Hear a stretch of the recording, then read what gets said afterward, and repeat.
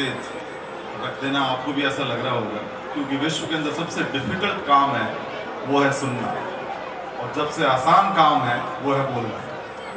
और आप लोगों ने कितनी मेहनत से, मैं भी स्लाइड देख रहा था कहाँ से आप निकाल कर लेकर आए हैं, किस तरह से छोटे छोटे बच्चों ने इतनी मेहनत की है, इतनी शानदार मेहनत के साथ जो इस स्कूल का मैनेजमेंट काम कर रहा है। सबसे पहले मैं आपको बहुत बहुत बधाई देना चाहता हूँ। आज के इस वार्षिकोत्सव के कार्यक्रम में पधारी ऑल द डिग्निटरीज और यह मातृशक्ति जो काफ़ी अच्छी संख्या में विराजमान है, आदरणीय बुजुर्गगण, युवा साथियों। आज का जो कार्यक्रम है, जो वार्षिकोत्सव के रूप में आप लोगों की इतनी मेहनत के साथ ये जो संस्थान ने, संस्थान के शिक्षकों ने, संस्थान के मैनेजमेंट ने जो मिलकर ये कार्यक्रम किया है, ये बहुत ही प्रशंसनीय है। आपने बहुत ही मेहनत की। यदि आप संपूर्ण विश्व का इतिहास पढ़ते हैं तो संपूर्ण विश्व के इतिहास के प्रथम पृष्ठ पर यदि किसी देश का इतिहास लिखा गया है तो वो भारत यानी हिंदुस्तान का इतिहास लिखा गया। इस देश के अंदर ऐसा क्या था कि वह दूसरे देशों से अलग था और संपूर्ण विश्व के अंदर विश्व गुरु के रूप में उभर कर बाहर आया, क्योंकि इस देश के अंदर जनसंख्या भूभाग सारे देश में थी, परंतु इस देश के अंदर भी अलग चीज थी, तो वो थी संस्कार और संस्कृति। जिन संस्कार और संस्कृति की वजह से संपूर्ण विश्व के अंदर ये देश राज कर सका और अपना नेतृत्व कर सका और विश्व गुरु के रूप में उभरा। उनके अंदर अनेकों नायक हैं, आप उन नायक को तो जानते हैं, परंतु उस नायक को किसने तरासा, उसके पीछे वो संस्कृति को जीवित रखने वाला कौन था, जिसने कि उनको नायकों को संपूर्ण विश्व के अंदर अपने गुरु के रूप में माना गया। आप सभी लोग पृथ्वीराज को तो जानते हैं, परंतु पृथ्वीराज को बनाने वाली पृथ्वीराज की मां कपूरी देवी का नाम कोई नहीं जानता। आप सभी लोग प्रताप को तो जानते हैं, परंतु प्रताप को बनाने वाले प्रताप की मां जगवंता बाई को कोई नहीं जानता। आप सभी लोग शिवाजी को जानते हैं, परंतु शिवाजी को बनाने वाली उनकी मां जीजाबाई को कोई नहीं जानता। इसी तरह से आप सुभाष को जानते हैं, भगत सिंह को जानते हैं, चंद्रशेखर आजाद को जानते हैं, महात्मा गांधी को जानते हैं, परंतु उनकी माता का नाम आज भी हिंदुस्तान के इतिहास में लुप्त है, कोई नहीं जानता। प्रत्येक नायक उस मां के द्वारा तरासे हुए अपने चरित्र, अपने संस्कार और संस्कृति के लिए जाना गया। परंतु जब मेरे पास फोन आया और मैंने पूछा स्कूल का नाम क्या है, तो वो नाम था माता सरवनी। यदि किसी व्यक्ति ने अपने माँ के लिए काम किया और जिसने संपूर्ण अपने चिड़ावा के अंदर और जिले के अंदर जिसने अपना नाम बनाया, यदि विश्वनाराम जी को कोई जानता है तो माता सरवनी के नाम से जानता है। ये जो संस्कार और संस्कृति है, इसी संस्कार और संस्कृति ने ये भारत को ताकत दी कि वो भारत संपूर्ण विश्व के अंदर अपना नेतृत्व कर सके। और जिस तरह से सक्षम नेतृत्व किया, और आज भी संपूर्ण विश्व किसी देश की तरफ देख रहा है तो वो भारत की तरफ देख रहा है कि आने वाले समय के अंदर यदि कोई देश मेरा नेतृत्व कर सकता है तो भारत कर सकता है। वो इन्हीं संस्कारों की बदौलत है। मैं विश्वनाराम जी का बहुत बहुत आभार और धन्यवाद देना चाहता हूँ कि इतनी बड़ी संस्था की पहचान कोई सेंट पीटर के नाम से नहीं, सेंट एन्स के नाम से नहीं, सेंट विल्फर्ड के नाम से नहीं, बल्कि इन्होंने अपने शिक्षण संस्थान और इस जगह की पहचान अपने माता सरवनी देवी के नाम से बनाई। इसके लिए आप साधुवाद के पात्र हैं। जब मेरे पास फोन आया आपके प्रिंसिपल को डायरेक्टर साहब राजकुमार जी का, विक्रम जी का, कि उनका कार्यक्रम है, तो मैं कार्यक्रम है तो मैं पक्का आ जाऊँगा, परंतु बाद में पता चला कि मुझे जबलपुर एक दूसरे कार्यक्रम में जाना था। इसलिए मैंने माफ़ी मांगी कि आप लोगों के बीच के अंदर मैं थोड़ा डिस्टर्ब कर दूँ, और मुझे आज शाम की 5 बजे की ट्रेन होने की वजह से मैं आप लोगों के बीच में उपस्थित हुआ। अपनी बात कह के मुझे जयपुर जाना होगा और वहाँ से जबलपुर के लिए रवाना होगा। परंतु जब मैं विश्वनाराम जी से बात कर रहा था तो इन्होंने बताया कि ये जो ग्रामीण पृष्ठभूमि है, जिस पृष्ठभूमि स्वयं भी निकल कर आए हैं, यहाँ बड़ी ही प्रतिभाएं तो हैं, परंतु उसको तराशने के लिए अभाव है। तब मैंने एक अमिताभ बच्चन का इंटरव्यू देख रहा था। उस अमिताभ बच्चन के इंटरव्यू के अंदर अमिताभ बच्चन ने कहा कि एक कक्षा के अंदर 9 नंबर का विद्यार्थी खड़ा हुआ और उसने 8 नंबर के विद्यार्थी के चांटा लगाया। तो 8 नंबर के विद्यार्थी ने पूछा, भैया तुमने चांटा क्यों लगाया? तो उसने कहा, I am your boss, I am number 9 senior to you, मैं तुमसे बड़ा हूँ भैया, मैं तुम्हें चांटा लगा सकता हूँ। 8 नंबर की बात समझ में आ गई। उसने 7 नंबर के चांटा लगा दिया, 7 नंबर ने 6 के लगा दिया, 6 ने 5 के लगा दिया, और ये क्रम चलता रहा। परंतु जब 2 नंबर ने 1 नंबर के चांटा लगाया तो जो 0 नंबर था वो कोने में जाके दुबक गया। तो 1 नंबर ने कहा कि तुम वहां क्यों दुबक गए? तो उसने कहा भैया तुम मेरे से सीनियर हो, तुम मेरे चांटा लगाओगे, मैं तो 0 हूँ, सबसे छोटा हूँ, सबसे लास्ट में खड़ा हुआ हूँ, मेरे से तो जूनियर कोई है ही नहीं, मैं किसके चांटा लगाऊंगा? तो उसने कहा नहीं नहीं, तुम मेरे पास आओ, मैं तुम्हारे चांटा नहीं लगाऊंगा। उसने उसको पास बुलाया, पास बुला के 0 को उसने अपने पास खड़ा कर दिया। जब 1 नंबर ने सबसे अंतिम कमजोर व्यक्ति को अपने साथ खड़ा किया तो वो 10 बन गया। जैसे ही वो 10 बना वो 9 नंबर का बॉस हो गया। तो गांव के अंदर जो प्रतिभाएं हैं, यदि आप उनको तिरस्कृत नहीं करके, यदि आप अपने साथ खड़ा कर देते हैं, यदि आप अपने साथ उसको बना देते हैं, तो हो सकता है कि आप 1 से 10 बन सकते हैं। जो प्रमोशन और जो एलिवेशन आपका जो पंक्ति के अंत के अंदर विराजमान व्यक्ति जो है, जो पंक्ति के अंत के अंदर खड़ा हुआ जो विद्यार्थी है, यदि उस विद्यार्थी को आप अपने साथ लाकर खड़ा कर देते हैं तो आपको 1 से 10, 0 से हीरो बना सकते हैं। तो इसलिए मैं आपसे ये अनुरोध करना चाहता हूं कि जहां भी कोई वंचित वर्ग है, जहां चाहे विद्या से हो, प्रतियोगिताओं से हो, चाहे वो पर्सनालिटी डेवलपमेंट को लेकर हो, यदि आप उनको साथ खड़ा कर सकते हैं, ये यदि संस्कृति और संस्कार कहीं जीवित है तो वो भारत के अंदर जीवित है। आपकी ये धरती, ये सिंघाना जो खेतड़ी में आता है, इस धरती में तो वो चमत्कार है जिसने नरेंद्र नाथ को विवेकानंद बना दिया। और वो विवेकानंद जब संपूर्ण विश्व के अंदर अमेरिका में जाकर गरजा तो उसकी पहचान भारत से पहले खेतड़ी से हुई कि इसको विवेकानंद नाम देने वाली जगह यदि कोई है तो वो खेतड़ी है। इनको कोई साफा पहनाने वाली कोई जगह है तो वो खेतड़ी है। इनको चोगे की नई पहचान देने वाली कोई जगह है तो खेतड़ी है। मैं उन महाराजा अजीत सिंह को भी याद करना चाहता हूँ जिन्होंने इस खेतड़ी से एक नई पहचान विवेकानंद को विवेकानंद के नाम से दी। इस भूमि के अंदर वो तप है, ये वो जगह है जहाँ माता सरस्वती का मंदिर है। इसके अंदर से आप अनेकों विवेकानंद पैदा कर सकते हैं। और आज भी विश्व में यदि कोई विवेकानंद निकल कर आता है तो राजस्थान की भूमि से निकल कर आ सकता है। इसलिए मैं आपसे अनुरोध करना चाहता हूं कि एक दूसरे को मजबूती से पकड़कर प्रगति के पथ पर यदि आप चलेंगे तभी हमारी संस्कृति और संस्कार जीवित रह सकते। ये वो जगह है जहां पर एक बार एक कविवर एक जंगल में से निकल रहे थे। जंगल बहुत घना था, बड़े बड़े पेड़ थे। उन बड़े बड़े पेड़ों में आग लग गई, वो जंगल जबरदस्त जल रहा था।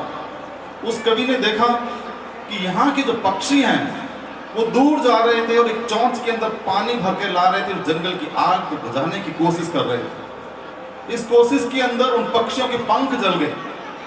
तो कवि ने कहा कि कैसे लोग हो तुम, तुम्हारी चोंच में इतना सा पानी आता है और ये जो लपटें हैं ये आसमान को छू रही है, तुम्हारे पंख जल रहे हैं, तुम्हारे पास पंख है, तुम चले क्यों नहीं जाते? तो कवि ने पक्षियों को संबोधित करते हुए कहा कि आग लगी वृक्ष को और जल रहे हैं पात, अरे तुम क्यों जलो पक्षियों, पंख तुम्हारे पास, तुम तो उड़ सकते हो, पंख है तुम्हारे पास। परंतु जो पक्षियों ने वापस जवाब दिया, पक्षियों ने कहा कविवर आप मानव है, आप इंसान हैं, आप इस तरह से सोच सकते हैं, हम पक्षी हैं।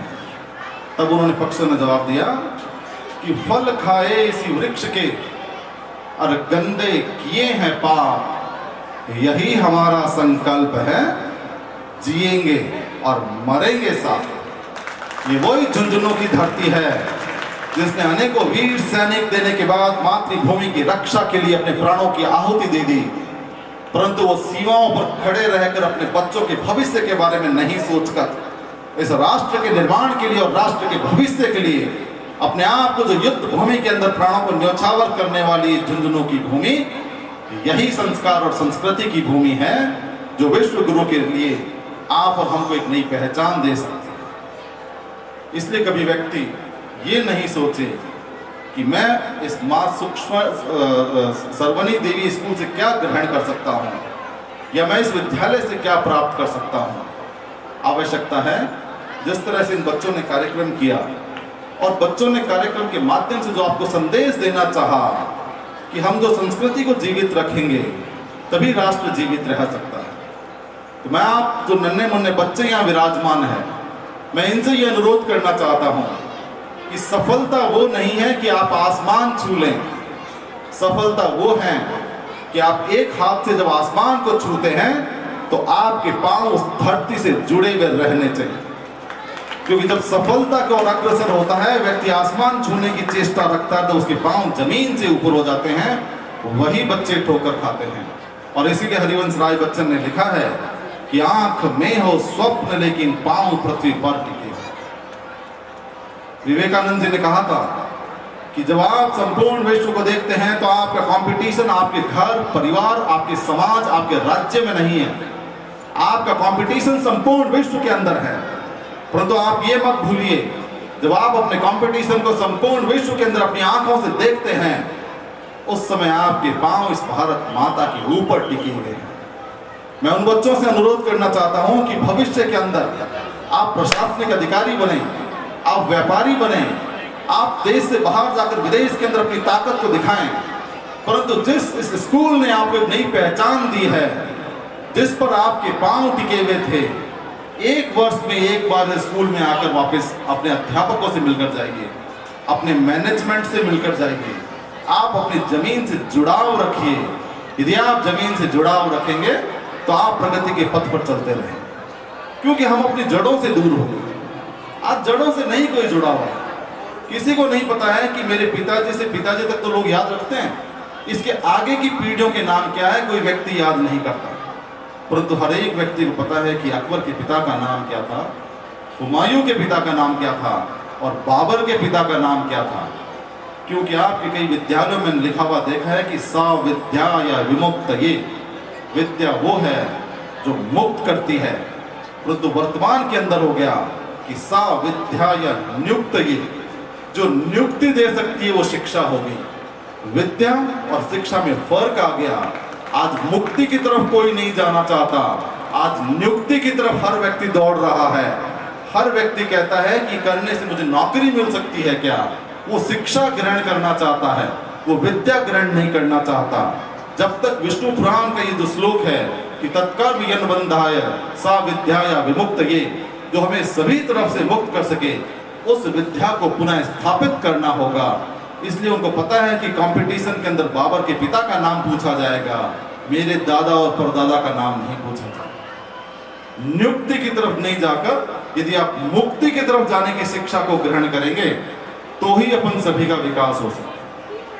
अंत के अंदर मैं आपसे इतना ही कहना चाहता हूं कि जब आप लक्ष्य का निर्धारण करें तो बड़ा सोचकर लक्ष्य का निर्धारण करें, छोटा सोचकर लक्ष्य का निर्धारण नहीं करें। आपने संपूर्ण हिंदुस्तान के अंदर पढ़ा है कि जब अकबर चित्तौड़ पर युद्ध करने के लिए अग्रसर हो रहा था और अकबर की सेना ने जब चित्तौड़ के दुर्ग को चारों तरफ से घेर लिया था, तब जयमल मेड़तिया जो नागौर का शासक था, वो वहां से अकबर के विरुद्ध युद्ध लड़ने के लिए, चित्तौड़ के साथ देने के लिए, राष्ट्र के निर्माण के लिए जब वो नागौर से कूच करता हुआ आगे निकल रहा था और मेवाड़ की सीमा के अंदर घुसा, तो कुछ लुटेरे जो वहां थे उन्होंने उसको घेर लिया और घेरने के बाद उन्होंने कहा भैया जो तुम्हारे सोने गहने हमारे जमा करवाइए।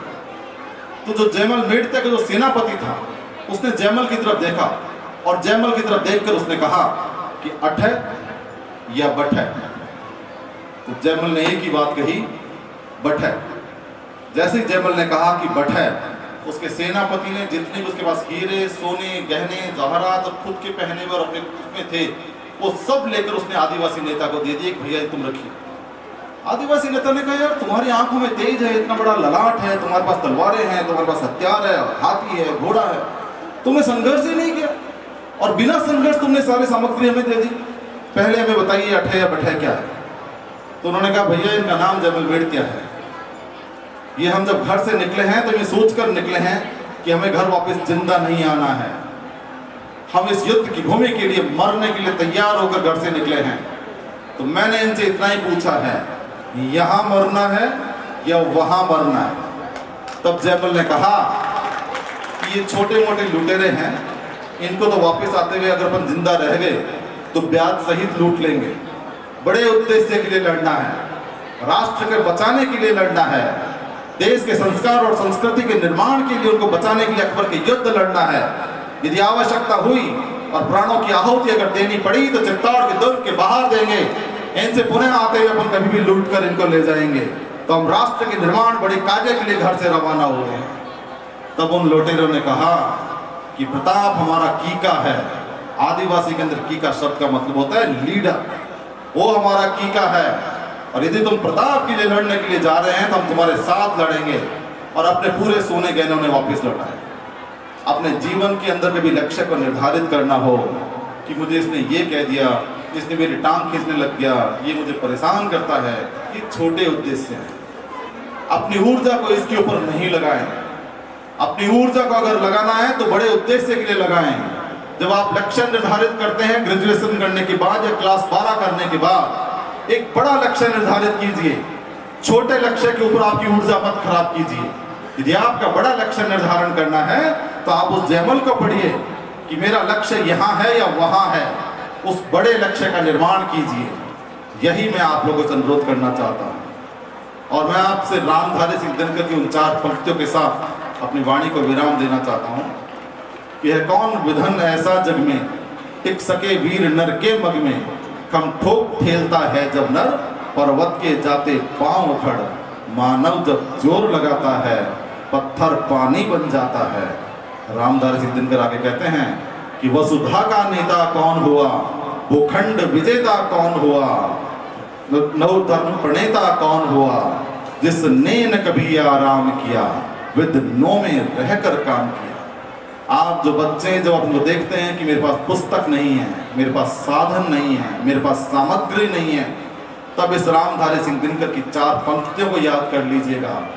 वही आपको मोटिवेट करेगा कि जो विघ्नों में रहकर संघर्ष कर सकता है, जो समस्याओं के साथ अपने लक्ष्य को निर्धारित कर सकता है, वही व्यक्ति अग्रसर हो सकता है।